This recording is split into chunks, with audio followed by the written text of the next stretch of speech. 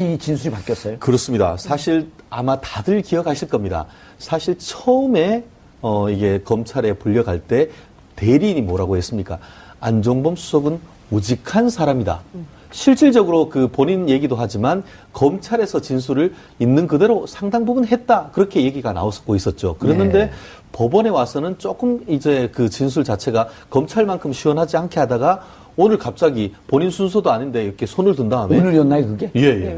그래서 재판장님, 제가 드릴 말씀이 있습니다. 라고 하면서 이 17건으로 돼 있는 그 수첩 다 제가 쓴 거 맞고요. 거기다가 제 의견이 있는 것은 아니고 모두 그 대통령님이 얘기하는 거를 다 썼고 그것도 이제 다 정리한 다음에 뒤에서부터 대통령이 하신 말씀을 쭉 거꾸로 해서 써놨습니다라고 해서 그 가장 이 이른바 스모킹건이라고 할 수 있는 본인의 이 결정적 17건, 결정적 증거에 대해서 증거 능력을 부여했다. 이렇게 볼 수 있는데 과연 그와 같은 내용 속에서 사실 우리 변호사든 검사든 결국 숨겨져 있는 그 내역에서 결국 보석 같은 증거를 찾아내는 그 작업이 법조인들이 하는 내용입니다. 결국 증거 능력을 인정했다는 것은 그것을 증거로 쓸 수 있다는 거지 그 속에 담겨 있는 내용을 어떻게 파악을 해서 재판부를 설득하는지 그것이 매우 중요하기 때문에 지금은 이제 안종범 수석이 증거로 쓸 수 있도록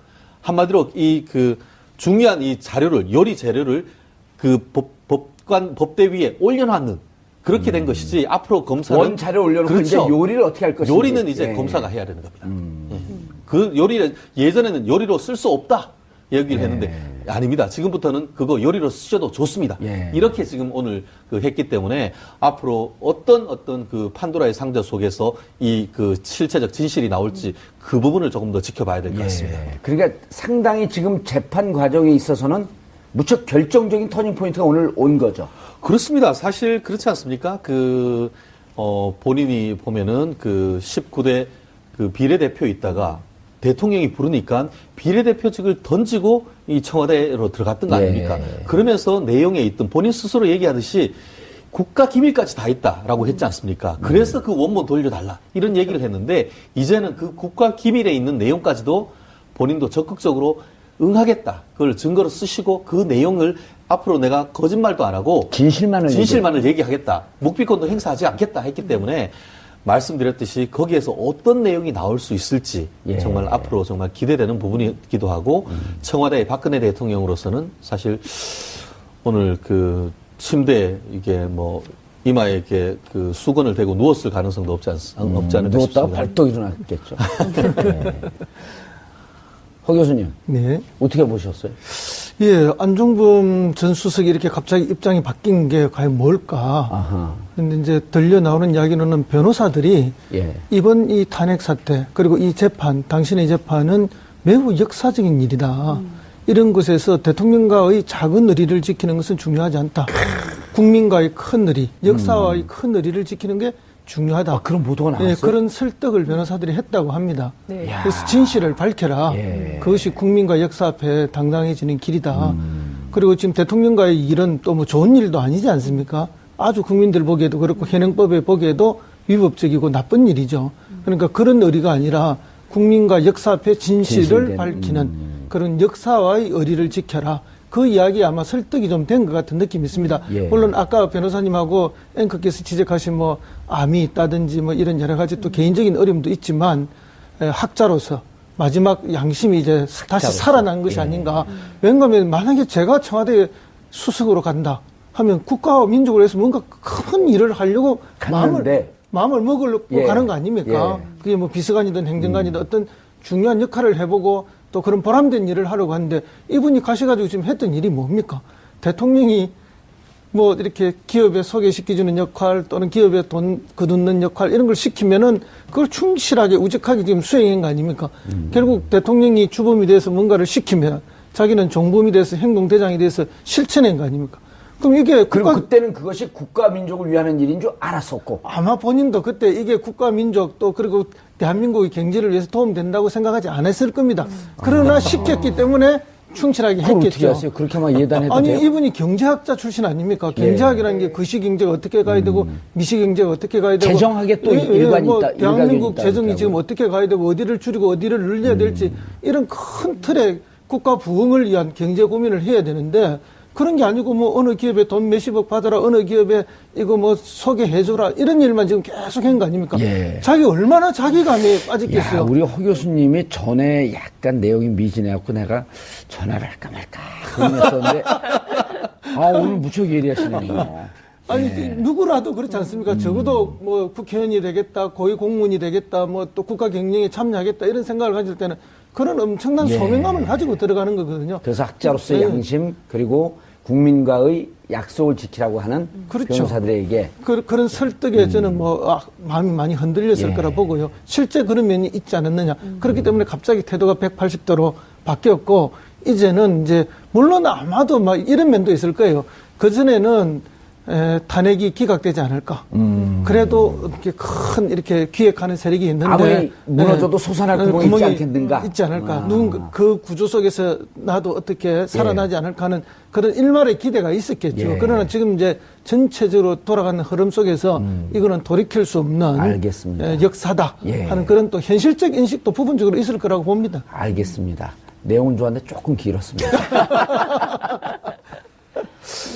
장 기자님, 그 아주 설득력 있는 지적에 그리고 개인의 물론 감옥에 들어가면 몸이 힘들고 또 이제 그 병이 오게 되면 이제 심경의 변화가 오지만 그래도 학자적 양심으로 마지막 국민과의 약속을 지키는 게 더 소중하다. 그랬다고 한다면 그리고 우리 허 교수님의 말씀이 맞다고 한다면 정말 큰 결단을 한 거 아니에요? 뭐 그렇다고 볼 수 있는데요. 실제로 왜 시니컬하게 그렇게 구세요? 아니, 왜냐하면 저도 취재한 게 있기 때문에 그런데요. 그 전직 새누리당 이게 탈당파, 새누리 탈당파들 이제 과거에 박근혜 캠프 2007년부터 함께 왔던 수많은 사람들이 안종범 수석이 비례 던지고 청와대로 가서 뭐 이러저러한 일을 할 때 당신 위험해질 수 있다. 그런 거 하지 마라라는 충고를 했다는 거예요. 가지 말라고. 아니. 정책수석으로 가긴 가는데 경제수석 왜냐하면 박근혜 대통령이 경제 그 과외교사를 했었고요. 그렇죠. 안종범 수석이 그 비례대표 국회의원 할 때 그리고 박근혜 캠프에 있을 때도 이를테면 보수 언론뿐만 아니라 진보 언론 기자들하고도 어울려서 토론하는 거 굉장히 좋아했어요. 아니 무척 높이 평가하는 학자더라고요. 그건 잘 모르겠는데요. 하여튼 좀 인정 좀 해주세요. 상당히 토론을 많이 하는 걸 좋아하고 그리고 이제 경제 정책의 비전과 방향에 대해서 어떤 것이 뭐 이제 합리적이냐 이런 이제 노선과 관련해서 논쟁하는 걸 굉장히 좋아하는 학자였는데 좋은 학자네 그럼. 뭐 그렇죠. 기자들 입장에서는 굉장히 좋은 취재원이죠. 근데 어찌됐든 그 새누리당 의원들은 그런 얘기를 하더라고요. 욕심이 과했다. 적당히 끊었어야 됐는데 욕심이 과했다. 그리고 권력에 취해서 안 보였다. 이런 얘기를 하더라고요. 그래서 이제 그 우리들이 그렇게 뜯어 말렸지만 그는 결국 이 불구덩이 속으로 들어가는 선택을 한 거다. 이제 이런 얘기를 했습니다. 알겠습니다. 그럼 이제 안종범 수석이 했던 그 혐의를 받고 있는 부분들. 그리고 이제 이 자기가 작성한 17건의 수첩을 인정을 했다고 한다면 그러면 이제 미르재단, K스포츠재단 여기에 직접적으로 다 관여했다라고 하는 것을 사실상 인정한 거 아닙니까? 그렇습니다. 사실 이 부분과 관련해 가지고는 뭐 이성한 그 관련되는 미르스포츠재단의 사무총장이나 이런 사람 내지는 또 저기 정경련에 있던 부회장이나 이런 사람들 같은 경우 이승철 부회장 같은 경우에는 이게 뭐 우리 경제단체에서 우리가 알아가지고 우리가 자체적으로 자발적으로 했는 것이다라고 했는데 이 증거의 내용에 보면은 박근혜 대통령이 결국 A부터 Z까지 심지어는 이 그 미르재단과 K스포츠재단에 있는 뭐 쉽게 말하면 뭐 쓰레기통 하나까지 뭐 다 일일이 챙겼다 얘기를 했다라고 하면서 제일 큰 게 뭐겠습니까? 쓰레기통이 중요한 게 아니죠. 결국 사람 인적 구성 그리고 각각 회사에 대해서 할당량 이런 부분에까지 하나하나 다 기획을 했다라고 지금 얘기를 하고 있지 않습니까? 대통령이 기획을 했다. 그렇죠. 근데 만약에 잠깐만요. 더 넘어가기 전에 그렇게 대통령이 기획을 했는데 이 기획하는 과정에서 최순실이 관여돼 있다라고 하는 것까지 나오게 되면 결국 그런 것이죠. 상황이 무척 커지는 거 아니에요? 그렇죠. 결국 그렇기 때문에 지금 근데 이 부분, 그 부분까지는 밝혀야 될 것 같습니다. 무슨 말씀이냐면은 지금 안종범 수첩에는 박근혜 대통령의 지시가 있는 것이지. 예. 만약에 거기에 예를 들어서 뭐 최순실 뭐 이런 게 나오면 그렇게 되면 이제 정말 빵 터지는 거죠. 예. 지금까지 서로 몰랐다는 것도 완전히 수포로 돌아가는 것인데 적어도 아직까지 객관적 증거로서는 안종범과 최순실이 같이 관여했다는 부분은 아직까지는 안 나오고 있고 예. 그리고 말씀드렸듯이 지금 이 박근혜 대통령이 적어도 지금 같은 경우에 거꾸로 얘기를 할 수 있는 겁니다. 뭐냐면은 박근혜 대통령이 봐라 내가 다 했는 것이 아니냐. 외부에 관계없이 내가 다 했다. 이런 식으로도 박근혜 대통령 측은 나올 수 있는 부분이기 때문에 결국 양날의 칼 그렇죠. 양날의 칼로 쓸 수도 있는 것입니다. 그렇기 때문에 내가 진실하게 얘기를 한다라고 하는데 실체적 진실 중에 박근혜 대통령과 관련된 실체적 진실만 얘기할 수도 있는 그런 부분도 있을 수 있기 때문에 결국 일단 마음을 열었다고 하면은 앞으로 어떤 식으로 해서 정말 박근혜 대통령을 넘어서 최순실에부터의 어떤 영향력이라든가 이런 부분에 대해서도 안종범 수석이 얘기하는지 이 부분을 조금 더 지켜봐야 된다. 저는 그렇게 보입니다. 예. 그런데 지금까지 특검이 조사하거나 한 나온 내용을 보게 되면 최순실 씨하고 안종범 씨하고 이렇게 관련되어 있는 부분은 잘 안 보이나요? 아직은 없는 것 같습니다. 일단 최순실은 핫라인이 정호성으로 보이는 그렇습니다. 거죠. 실제로는 그렇고 예를 들어서 우병우 전 수석 같은 경우에도 그래서 어떻게 했습니까? 뭐 일부 녹음했는 내용을 보면 우병우는 왜 그래? 뭐 이런 내용이 있었다고 하면서 우병우 수석과의 어떤 알고 있었던 것이 아닌가 하는 미뤄 짐작할 수 있는 부분이 있는데 아직까지 검찰, 이영렬 검사 내지 이 특검에서 봤을 때도 이 안종범과 최순실 사이의 어떤 이른바 직거래를 연결할 수 있는 고리는 아직까지 못 찾았는데 이와 같이 이제 수첩 자체에 대해서 인정했는 어떤 단초가 나왔지 않습니까? 예. 마음을 여는 단초가 있는데 결국 그 부분을 넘어서 정말 개인적인 관계 이 부분에 대한 내용까지도 한번 물어볼 가능성은 있지 않을까 싶습니다. 우병우 수석도 떨고 있을 수 있겠네요. 그럴 가능성은 있죠. 왜냐하면 저는 그분한테 관심이 많아요.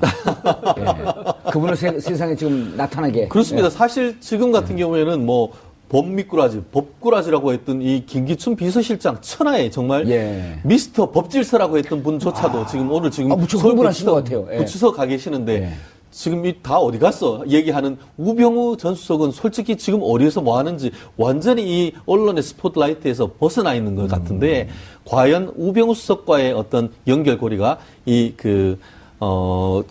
안종범 수석을 통해서 나올 수 있을지도 한번 좀 지켜봐야 되지 않을까 싶습니다.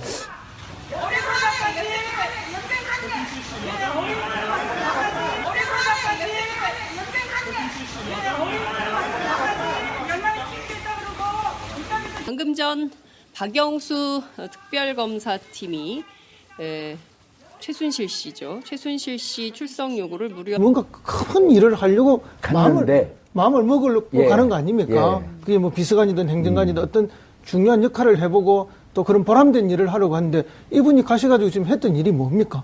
대통령이 뭐 이렇게 기업에 소개시켜주는 역할 또는 기업에 돈 거두는 역할 이런 걸 시키면은 그걸 충실하게 우직하게 지금 수행한 거 아닙니까?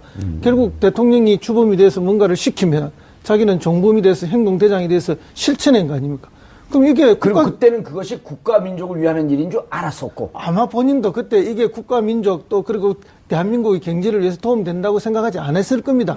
그러나 시켰기 때문에 충실하게 했겠죠. 어떻게 하세요? 그렇게만 예단해도 아니 돼요? 이분이 경제학자 출신 아닙니까? 경제학이라는 게 거시경제가 어떻게 가야 되고 미시경제가 어떻게 가야 되고 재정학에 또 일관이 뭐 있다. 대한민국 재정이 지금 어떻게 가야 되고 어디를 줄이고 어디를 늘려야 될지 이런 큰 틀의 국가 부흥을 위한 경제 고민을 해야 되는데 그런 게 아니고 뭐 어느 기업에 돈 몇십억 받아라 어느 기업에 이거 뭐 소개해줘라 이런 일만 지금 계속 한 거 아닙니까?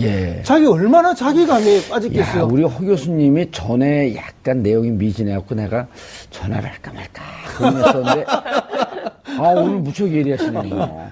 아니 누구라도 그렇지 않습니까? 적어도 뭐 국회의원이 되겠다, 고위공무원이 되겠다, 뭐 또 국가 경영에 참여하겠다 이런 생각을 가질 때는 그런 엄청난 소명감을 가지고 들어가는 거거든요. 그래서 학자로서의 양심 그리고 국민과의 약속을 지키라고 하는 변호사들에게 그런 설득에 저는 마음이 많이 흔들렸을 거라 보고요. 실제 그런 면이 있지 않았느냐. 그렇기 때문에 갑자기 태도가 180도로 바뀌었고 이제는 이제 물론 아마도 막 이런 면도 있을 거예요.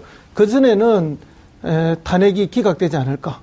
그래도 이렇게 기획하는 세력이 있는데 아무리 무너져도 솟아날 구멍이 있지 않겠는가. 있지 않을까. 누군가 그 구조 속에서 나도 어떻게 살아나지 않을까 하는 그런 일말의 기대가 있었겠죠. 그러나 지금 이제 전체적으로 돌아가는 흐름 속에서 이거는 돌이킬 수 없는 알겠습니다. 역사다 하는 그런 또 현실적 인식. 상당히 지금 재판 과정에 있어서는 무척 결정적인 터닝 포인트가 오늘 온 거죠. 그렇습니다. 사실 그렇지 않습니까?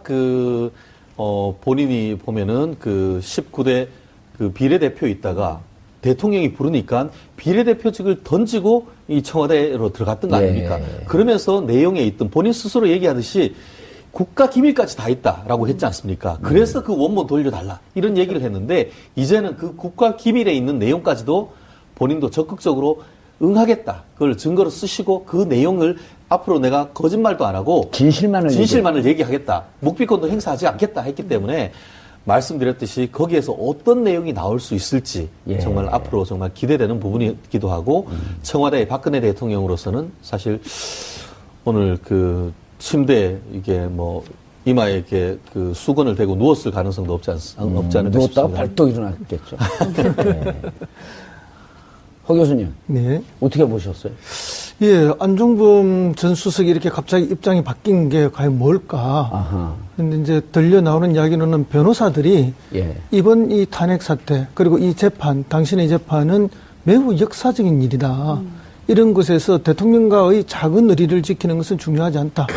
국민과의 큰 의리, 역사와의 큰 의리를 지키는 게 중요하다. 그런 보도가 나왔어요? 예, 그런 설득을 변호사들이 했다고 합니다. 그래서 진실을 밝혀라. 그것이 국민과 역사 앞에 당당해지는 길이다. 그리고 지금 대통령과의 일은 또 좋은 일도 아니지 않습니까? 아주 국민들 보기에도 그렇고 현행법에 보기에도 위법적이고 나쁜 일이죠. 그러니까 그런 의리가 아니라 국민과 역사 앞에 진실을 밝히는 그런 역사와의 의리를 지켜라. 그 이야기 아마 설득이 좀 된 것 같은 느낌이 있습니다. 물론 아까 변호사님하고 앵커께서 지적하신 암이 있다든지 이런 여러 가지 또 개인적인 어려움도 있지만 학자로서 마지막 양심이 이제 다시 살아난 것이 아닌가. 왜냐하면 만약에 제가 청와대 수석으로 간다 하면 국가와 민족을 위해서 작성한 17건의 수첩을 인정을 했다고 한다면 그러면 이제 미르재단, K스포츠재단 여기에 직접적으로 다 관여했다라고 하는 것을 사실상 인정한 거 아닙니까? 그렇습니다. 사실 이 부분과 관련해 가지고는 이성한 관련되는 미르스포츠재단의 사무총장이나 이런 사람 내지는 또 정경련에 있던 부회장이나 이런 사람들 같은 경우 이승철 부회장 같은 경우에는 이게 우리 경제단체에서 우리가 알아가지고 우리가 자체적으로 자발적으로 했는 것이다라고 했는데 이 증거의 내용에 보면은 박근혜 대통령이 결국 A부터 Z까지 심지어는 미르재단과 K스포츠재단에 있는 쉽게 말하면 쓰레기통 하나까지 다 일일이 챙겼다. 얘기를 했다라고 하면서 제일 큰 게 뭐겠습니까? 쓰레기통이 중요한 게 아니죠.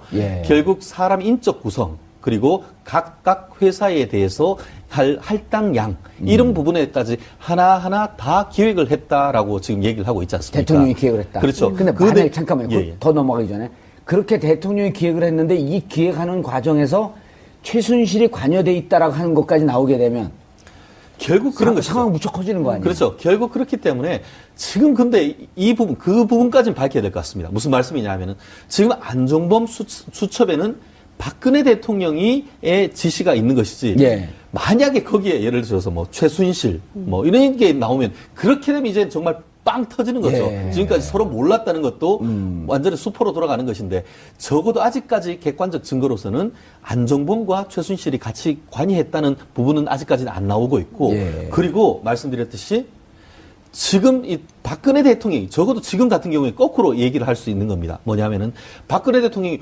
봐라 내가 다 했는 것이 아니냐. 외부에 관계없이 내가 다 했다. 이런 식으로 박근혜 대통령 측은 나올 수 있는 부분이기 때문에 결국 양날의 칼로 그렇죠. 양날의 칼로 쓸 수도 있는 것입니다. 그렇기 때문에 내가 진실하게 또 부분적으로 있을 거라고 봅니다. 알겠습니다. 내용은 좋았는데 조금 길었습니다. 장 기자님. 아주 설득력 있는 지적에 그리고 개인의 물론 감옥에 들어가면 몸이 힘들고 또 이제 그 병이 오게 되면 이제 심경의 변화가 오지만 그래도 학자적 양심으로 마지막 국민과 약속을 지키는 게 더 소중하다. 그랬다고 한다면 그리고 우리 허 교수님의 말씀이 맞다고 한다면 정말 큰 결단을 한 거 아니에요? 뭐 그렇다고 볼 수 있는데요. 실제로 왜 시니컬하게 그렇게 구세요? 아니, 왜냐하면 저도 취재한 게 있기 때문에 그런데요. 그 전직 예. 새누리당 이게 탈당파, 새누리 예. 탈당파들 이제 과거에 박근혜 캠프 2007년부터 함께해왔던 수많은 사람들이 안종범 수석이 비례 던지고 청와대로 가서 뭐 예. 이러저러한 일을 할 때 당신 위험해질 수 있다. 그런 거 하지 마라라는 충고를 했다는 거예요. 아, 가지 말라고. 아니, 정책수석으로 가긴 가는데 경제수석 왜냐하면 박근혜 대통령이 경제 그 과외교사를 했었고요. 그렇죠. 안종범 수석이 그 비례대표 국회의원 할 때 그리고 박근혜 캠프에 있을 때도 이를테면 보수 언론뿐만 아니라 진보 언론 기자들하고도 어울려서 토론하는 거 굉장히 좋아했어요. 아니, 무척 높이 평가하는 학자더라고요. 그건 잘 모르겠는데요. 하여튼 좀 인정 좀 해주세요. 상당히 토론을 많이 네. 하는 걸 좋아하고 그리고 이제 경제 정책의 비전과 방향에 대해서 어떤 것이 뭐 이제 합리적이냐 이런 네. 이제 노선과 관련해서 논쟁하는 걸 굉장히 좋아하는 학자였는데 좋은 학자네, 그럼. 뭐 그렇죠.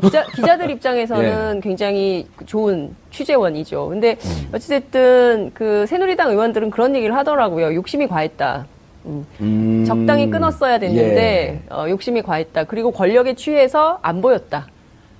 이런 얘기를 하더라고요. 그래서 이제 그 우리들이 그렇게 뜯어 말렸지만 그는 결국 이 불구덩이 속으로 들어가는 선택을 한 거다. 이제 이런 얘기를 했습니다. 알겠습니다. 그럼 이제 안종범 수석이 했던 그 혐의를 받고 있는 부분들. 네. 그리고 이제 이 자기가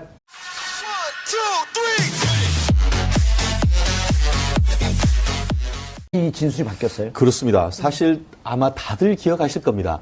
사실 처음에 이게 검찰에 불려갈 때 대리인이 뭐라고 했습니까? 안종범 수석은 우직한 사람이다. 실질적으로 그 본인 얘기도 하지만 검찰에서 진술을 있는 그대로 상당 부분 했다. 그렇게 얘기가 나오고 있었죠. 그랬는데 네. 법원에 와서는 조금 이제 그 진술 자체가 검찰만큼 시원하지 않게 하다가 오늘 갑자기 본인 순서도 아닌데 이렇게 손을 든 다음에 오늘이었나요, 그게? 예, 예. 어허. 그래서 재판장님, 제가 드릴 말씀이 있습니다. 라고 하면서 이 17건으로 돼 있는 그 수첩 다 제가 쓴 거 맞고요. 거기다가 제 의견이 있는 것은 아니고 모두 그 대통령님이 얘기하는 거를 다 썼고 그것도 이제 다 정리한 다음에 뒤에서부터 대통령이 하신 말씀을 쭉 거꾸로 해서 써놨습니다라고 해서 그 가장 이 이른바 스모킹 건이라고 할 수 있는 본인의 이 결정적 17건, 증거죠. 예. 결정적 증거에 대해서 증거 능력을 부여했다. 이렇게 볼 수 있는데 과연 그와 같은 내용 속에서 사실 우리 변호사든 검사든 결국 숨겨져 있는 그 내역에서 결국 보석 같은 증거를 찾아내는 그 작업이 법조인들이 하는 내용입니다. 결국 증거 능력을 인정했다는 것은 그것을 증거로 쓸 수 있다는 거지 그 속에 담겨져 있는 내용을 어떻게 파악을 해서 재판부를 어떻게 설득하는지 예. 그것이 매우 중요하기 때문에 지금은 이제 안종범 수석이 증거로 쓸 수 있도록 한마디로 이 그 중요한 이 자료를 요리 재료를 그 법대 위에 올려놓는 그렇게 된 것이지 앞으로 검사는 원자료 올려놓고 그렇죠. 이제 요리를 어떻게 할 것인지. 요리는 이제 예. 검사가 해야 되는 겁니다. 예.